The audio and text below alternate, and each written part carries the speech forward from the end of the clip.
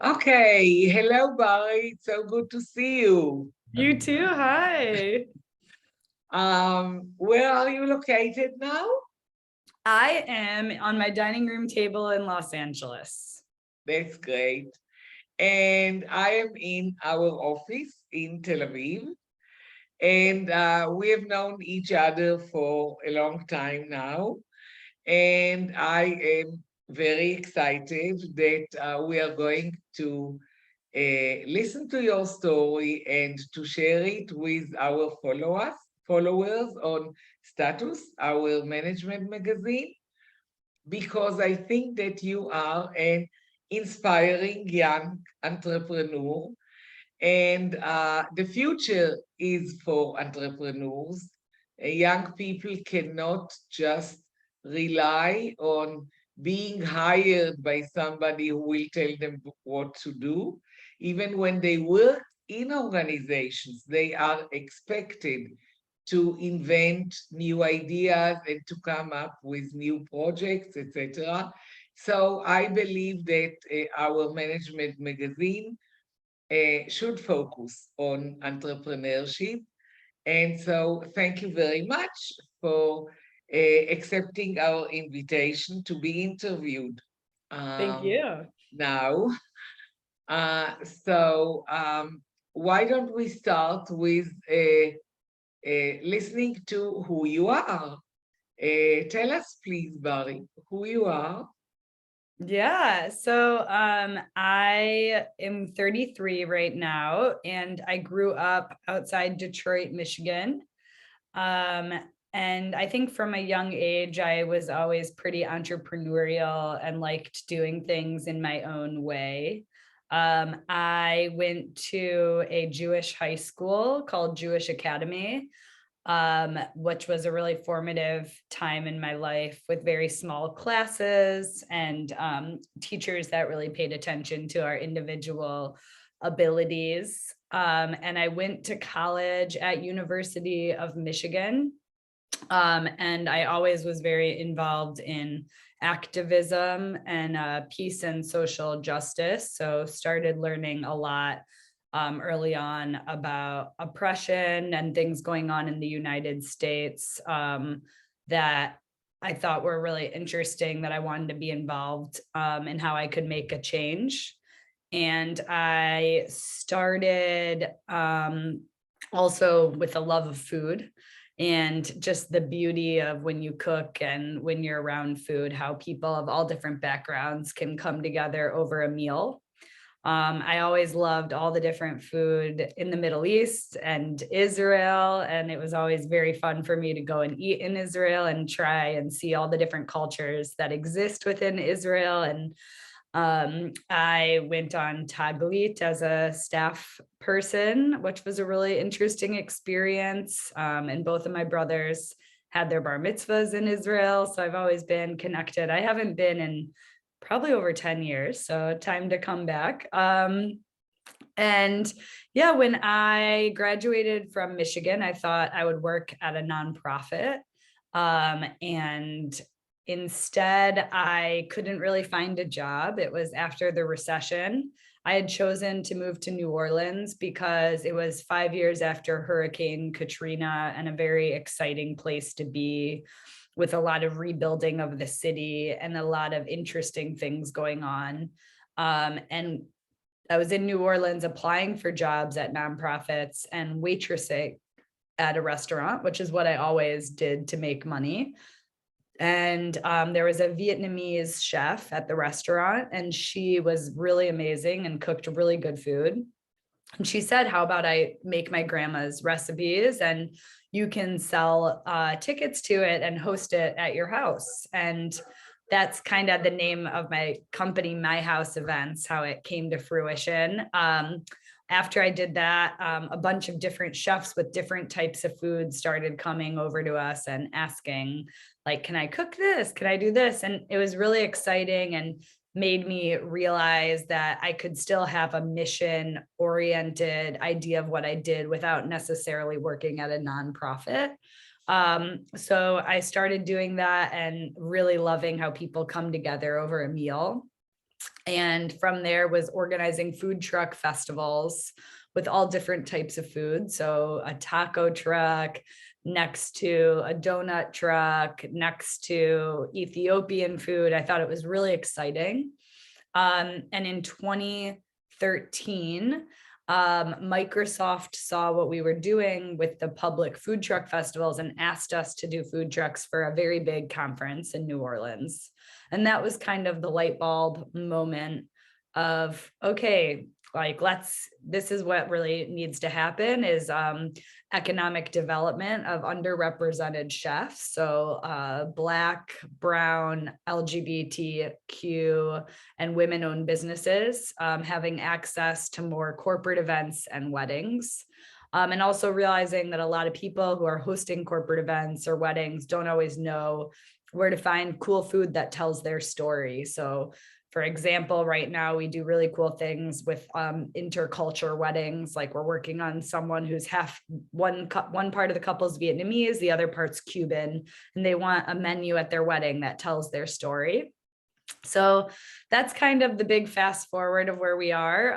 I currently now live in Los Angeles, and the business has grown a lot in the last 10 years, and we're in New Orleans and Los Angeles. And I saw that you received an award for being the fastest growing business. Yes, this is true. We are the fastest growing company in New Orleans. Wow, that's amazing. It's great. Unbelievable. It's great. We've got that, and then we're also catering to the stars in LA. 2 weeks ago, we did an event for Kris Jenner and Khloe Kardashian. Unbelievable. When I heard your story and I shared it with my grandchildren, they all got so excited. The Kardashians, wow. Very LA. Unbelievable. Very LA. Yes. Unbelievable, really. So let's drill in a little bit because we are doing it for a management magazine, and the wisdom is always in the secrets. So let's dive into some of the details. So you went to New Orleans, and everything that you told me following that was kind of going with the opportunities and what we call emerging strategy. You didn't really plan it, but you were open to grab the opportunities. So the only really strategic decision originally that you did was to identify that New Orleans is a place with many opportunities following the big disaster that they had. Could you say something more about this original step? You were in Michigan, you studied in a very prestigious university, Ivy League, in Ann Arbor. We all know about Michigan University. And all of a sudden you leave everything behind you and you go to New Orleans. So a little more about this dramatic decision. I think I knew I wanted big change. And I wanted to challenge myself and to grow. I had never lived outside Michigan. And I think from a young age, I knew that it was really important to be uncomfortable and do something really different. New Orleans was an inexpensive city at the time. And a lot of my friends, it is a very good university. And so a lot of my friends had very good jobs in New York or San Francisco. And I was pretty intimidated and a little bit ashamed that I didn't know what I wanted to do. So New Orleans felt like a safe place to go while I figured that out. So you took a plane to New Orleans? I drove there. You drove to New Orleans, and Was anybody waiting for you there, or you just Um, landed in New Orleans? so I actually had found this housing that is a Jewish organization for American Jews called the Moishe House. And they basically help you with your rent and find roommates. And in exchange, you put on Jewish programming for the community. So I had found out about that online and didn't know anyone or know people there, but just messaged them asking if they had any openings. So I had that housing lined up. I see. So actually, it's very interesting that it all started with a community. Um, Mhm. I believe that whatever the problem, community is the answer, and you are a very good example for that. Okay, Definitely. so now you have a place to live, and then how do you start with the food? Well, I had always been working at restaurants to pay my way through college and make extra money. And I lived in a cooperative kind of hippie house in Ann Arbor where we all got subsidized rent and were able to like have different tasks that contributed to the community. And so that was like something I always loved cooking and being a part of that and loved food. So when I first moved to New Orleans, I knew that waitressing was a really good way to start meeting people and making extra money. So that was the first thing I did was get a waitressing job. And just, I mean, I was applying to jobs all day, just trying to meet anyone I could and network. And I didn't know what I wanted to do. I was pretty lost. And so you found that restaurant, Yes, it's called Coquette. It's like a fancy, it's still around, really good restaurant in New Orleans. and you found it online? No, just through talking to people, and it was near my house, and I just walked in. Okay, that's interesting too. Yeah. And by the way, a lot of young people are lost nowadays and they don't know how to start. And so Yeah. I am very curious about these details because they are very important. So now you are working in a fancy restaurant, and then the opportunity came from the chef. Yeah, she was a pastry chef who worked at the restaurant. And the restaurant was very fancy French food, and she was Vietnamese, and she wanted to show her family's recipes outside of a restaurant. And this was, you know, now I think, at least in the US, I don't know about Israel, but everyone knows the word pop up and like having a pop up restaurant. And so that was kind of in 2011, 2012, it was just getting started. So it was kind of the beginning of that movement. So we wanted to do a pop up. So what was the first pop-up? It was a Vietnamese family feast, and it was at my house, and we ended up selling 70 tickets. And you had room in your house for We made 70 room. people? We set up even like blankets all over, and it was very creative. It was not that big of a house. Wow. 70, Yeah. 70, Yes. 70 people came to Yes. the first pop-up? Yes. Wow. Amazing, amazing. It was So very cool. actually, she was the first entrepreneur. She Yep. came to you and she said, I we want kind to of we do. kind of did it together. Like we would hang out a lot after work and like to eat, and she knew I was applying to jobs and I was putting on events at my house, and so it was kind of like a mutual thing, but she was very encouraging. So you started out with events at your house even Yes. before collaborating with her, yes? Yes, I had been And, doing shot dinners and movie nights and with a group of people. and this was for pay? Did No, people pay you? no. No. Yeah. This was just a social evenings that you did. Yes. Yes. I see. Okay. So Yes. you started with social entrepreneurship. Yes. and then you moved on.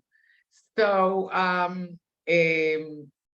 you started the two of you together, and then I've been following you for for many years now, so I know. So you started to grow a business.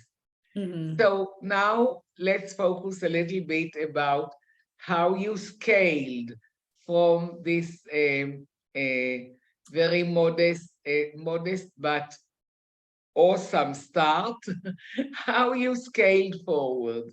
Tell us a So little. yeah, so for a few years, I was treating it as almost like a side hustle, that I was meeting people and making extra money, and exploring it, but also had different jobs, and was becoming more and more rooted in the New Orleans community. So I managed a farmer's market. I managed a dinner party series through another company that was all over the United States. And then in 2015, so at this point, I was like 24 years old. I started working for a food hall, which was kind of one of the first concepts where it was like 13 different vendors all under one roof. Um, Kind of like a hipper, cooler version of a food court that you would find in malls. And a lot of the food trucks and chefs I worked with, I got them to sign the lease and be a part of this community. And I think that was my like turning point. It was a very, very successful operation, but I did not really like my boss. And I saw behind the scenes how he was able to make it successful. And I think it was kind of the confidence and the push I needed to say, let's go full throttle, scale this, do it on my own, and make it my full-time job. So it was kind of one of those things where I think it took me having the confidence and the really the like mental clarity that I wanted to do it full time that changed everything. I also around that time had met my now business partner on an airplane. She was reading a food magazine. We were sitting next to each other coming from San Francisco to New Orleans. And she had just finished her master's in business with a specialization in finance. And I think I've always been pretty good at knowing what I'm not good at. And I knew I wasn't very good at the numbers and figuring out how to charge people and keeping track of the books. And so she started just like meeting with me and helping me do that more because she thought it was fun and what I was doing was really cool. So those things all happened around the same time. And in 2016, me and Danielle is her name, we decided to get a cabin outside of the city and spend 2 days just like strategic planning and really mapping out our year and making the jump to do it full time. And that was kind of when everything changed. Wow. So you took 2 days, just the two of you, to do strategic thinking. Yes. And we now do it twice a year with our whole team. So we're actually in a few weeks, we rented a big house in Malibu, California. And our New Orleans team is going to come over and we have an LA team and it's something we always do. Wow, it's amazing. It's very So important. it's very, of course, as a management consultant, I know that it's very important, but it's so lovely to hear it from you. So could you give us a little more about those original 2 days? Uh, Yeah, I think it was a lot of analyzing what's worked really well, both from an operations standpoint, both things we enjoyed doing and aligned with our lifestyle, and also like really thinking through what made the most sense for our customer, which in a way is chefs, and also people hosting events. And so when we kind of, over those 2 days, we really, really were like, wait a minute, like we've always been customizing menus and putting them together, working with a database of chefs for events. But we didn't have that language or that like really, really articulate version of what we did. So we kind of just spent 2 days like, what are our values? What is our mission? What do we want to spend on marketing and really grow this? What is Danielle good at? What am I good at? What's our goal for the next year? What revenue do we want to make? We just kind of mapped it all out. Just the two of you alone? Just the two of us at that point. Yep. And you knew how to do that because of your college education, yes? No way. So how did you know how to do that? I mean, I think naturally I've always been really interested in that. I listen and read and learn a lot about business podcasts, and I think I've always been a big picture thinker who likes being on a team. So it was kind of a natural thing to me, of like, I always do really well when I'm out of town for a few days and thinking more clear about the big picture and not working on the small stuff. Like, let's do this. I was very much, Danielle had a very high paying job in finance, and I convinced her to leave, which took a minute. And yeah, it was, we were also young and ready to take a risk, and in a cheap city. We had revenue coming in at that time. So we had a business that was moving along naturally. So I think the idea was, if we were a little more intentional and focused a little more on the brand, how much more could this grow? It's amazing. You know, the more details I hear for the first time, it's really amazing. Tell me, at that stage, who were your sources of inspiration? That's a good question. I've always been, I think at that stage, have you ever heard of, in Ann Arbor, there's a very famous Jewish deli called Zingerman's, and they do a worker-owned like cooperative model, and they're all about like financial transparency, and very cool organization that now has their own management consulting company, where they have a whole book called The Lapsed Anarchist's Guide to Business. And it's a very cool book. So I think they were an inspiration. I think there were local restaurateurs in New Orleans who were inspirations to me that I would talk to a lot. And then chefs that we had worked with for a long time, who really liked what we were doing and believed in us, were an inspiration. Wow, great. So let's go now to the next stage. So you had a vision and you had a plan and you moved forward. And I love your business model. I think that it's very cool.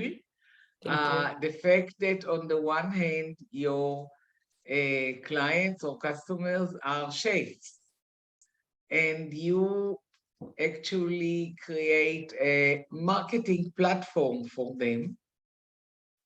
And on the other hand, you have clients who are looking for, my understanding from following you, something different, not more of the same events, but something different.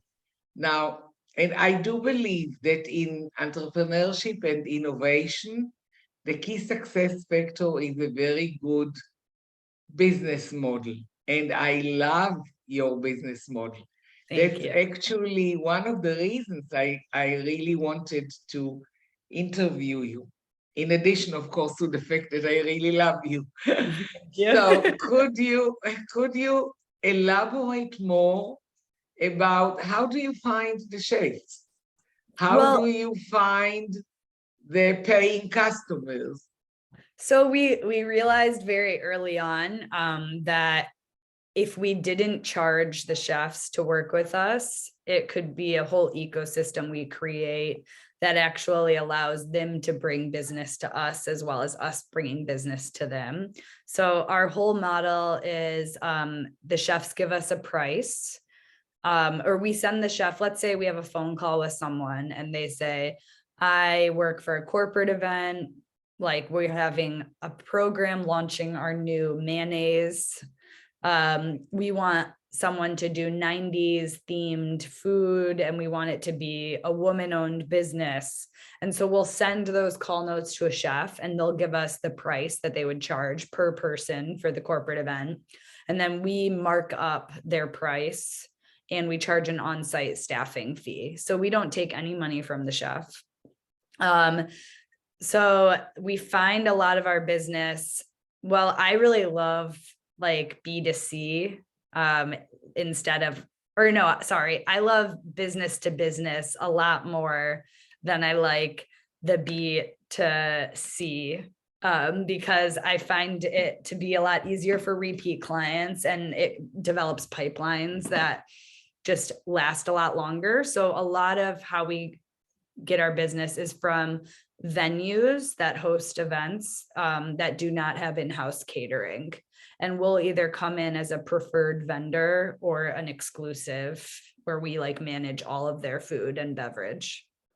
So that's how we get a lot of business. And then also, you know, wedding websites that a lot of people make, like the Knot, it's called in the US, and different things.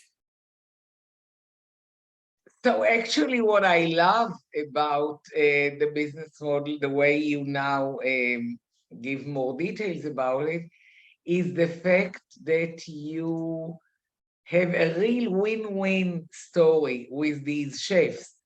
They Definitely. actually bring the business to you. Definitely. Yeah. I mean, a lot of chefs are so busy cooking and managing their team and dealing with so much. So for us to be able to, you know, talk to the client, do the proposaling, do the contracting, because we contract the chef and then the client contracts us. So we're actually the chef's customer in a way, legally.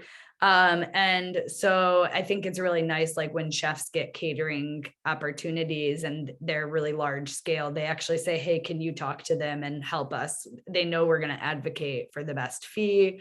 We're going to help them with the staffing. We'll help them rent out all of the things they need. So it's actually a real supporting platform for Definitely. independent chefs. Yes. Yes. And specifically Black, brown, LGBTQ, and women. Amazing. So this way you have your impact innovation story. Yes. Doing well by doing good. Yes, that's the idea. Could you share, since you can see that I believe that the story is always in the details, can you share one story of one chef that has gone a long way with you and something about his or her success? That would be nice. Yeah, there's a chef that I have worked with now for about 10 years. Jen and Brandon, they had the oyster bar at the food hall I actually managed.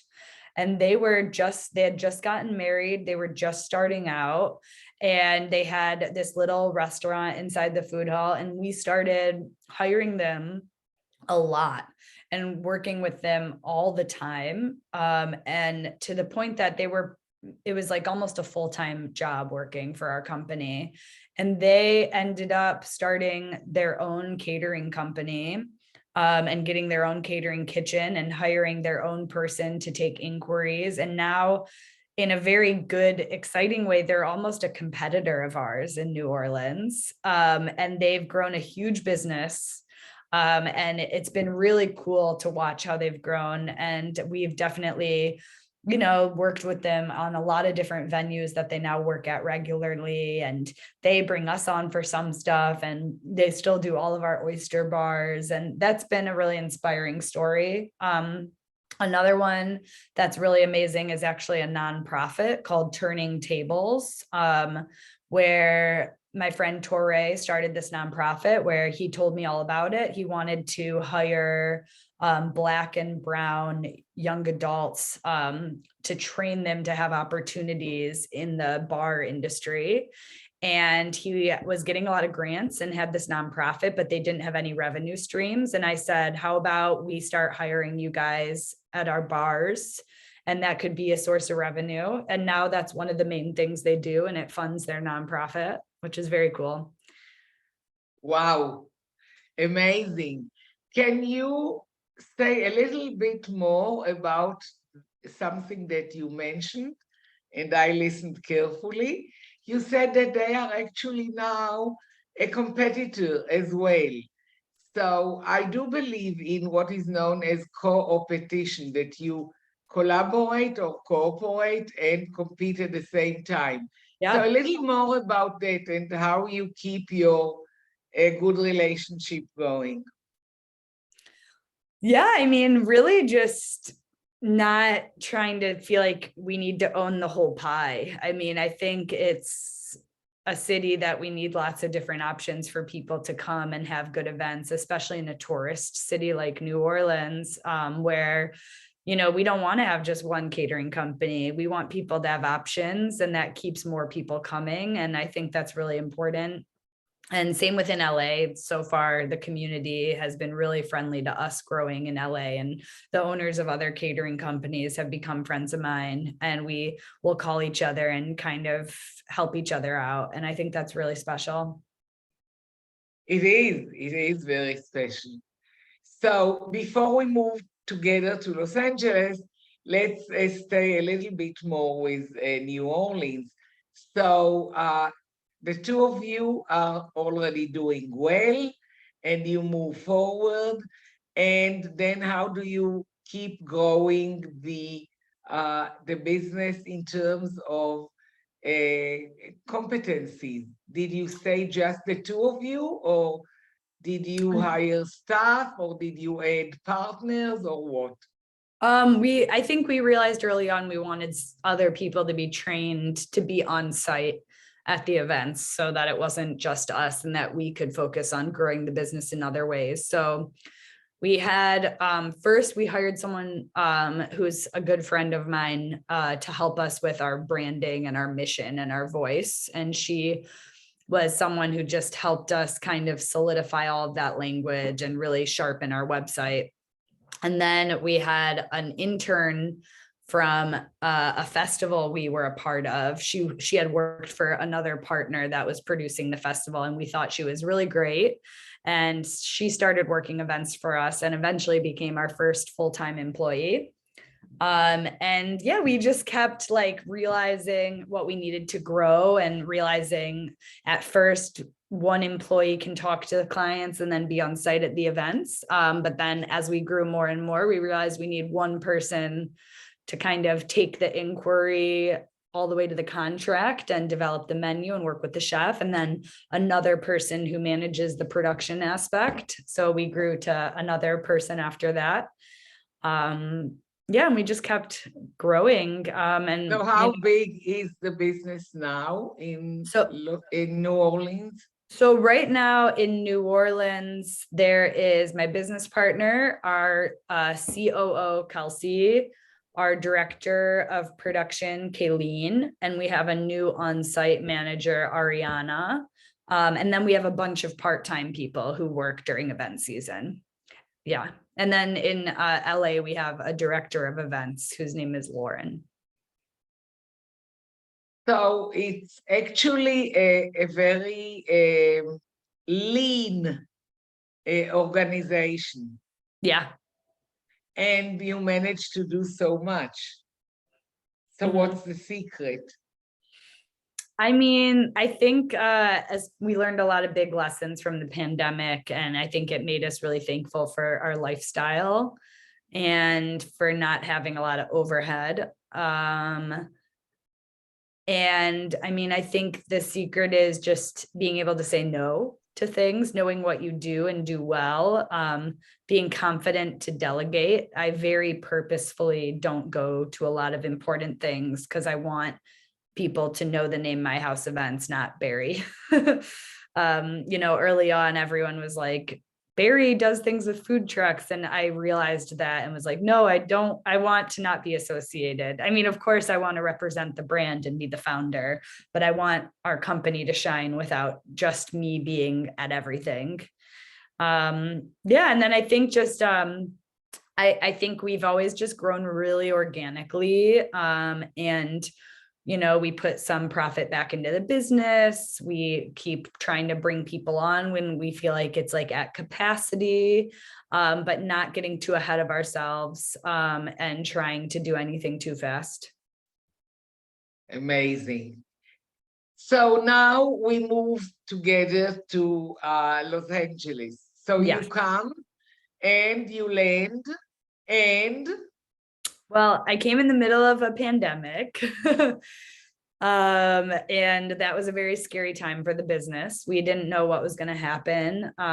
Things were, very scary. And just to give perspective, in 2019, that was our best year, and we had hit $1 million in revenue, which was really exciting.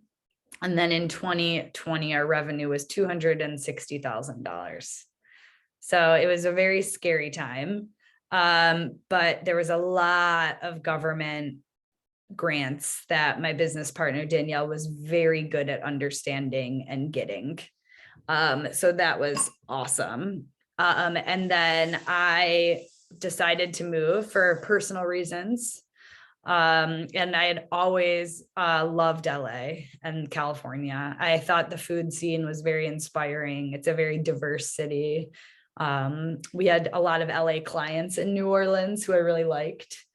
So I just made the move. And I started very slowly growing the business here. It was the pandemic. There wasn't much of a business to grow, but I was, meeting with different catering companies and figuring out venues and talking to New Orleans chefs who had friends who were chefs in Los Angeles. And if I ate at a restaurant I really liked, I would ask if the owner was there and talk to them about my business, just kind of growing our whole ecosystem.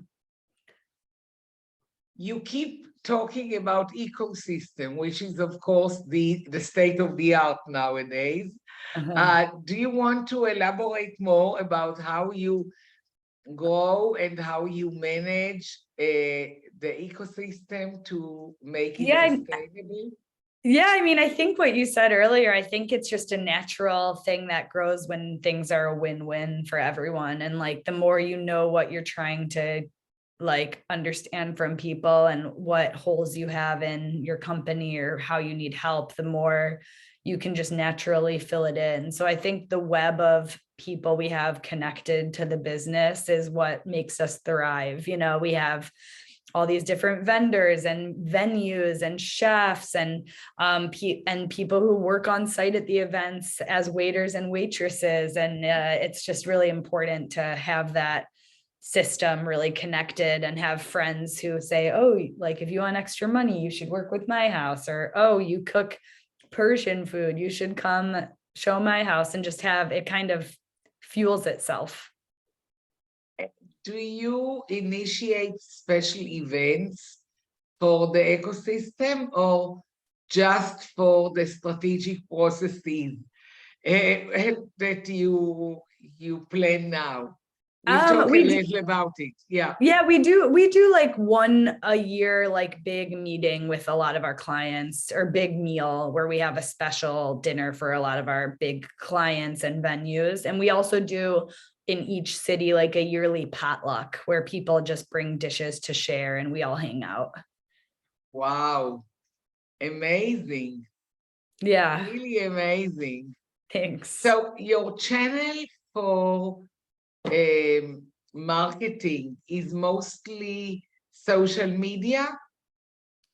Social media, and then venues marketing us as their vendor.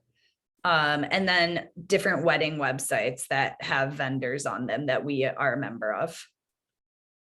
But you don't invest in advertising or Not we're about to start actually this year. But we haven't really, we've done little things, but no, we've never invested. so now you plan to start a Yes, we're campaign, a yeah. campaign. Yeah, we're bringing on a marketing person in California to help us with everything. So she'll be experimenting with Google ads and Facebook ads and stuff like Oh, that. that's great. Now I keep hearing she. That means that it's an all women business, Absolutely. Yes, which is very special too. it is. It's very And special. and is this really as part of your mission or uh, It's whatever? kind of just happened naturally, but I would say it is part of our mission in a way. But we haven't, but we would be very open to hiring a male. It just, it just hasn't happened. We have some part-time male people who work on events, but we're an all-female team. And do you have offices in New Orleans and in Los Angeles?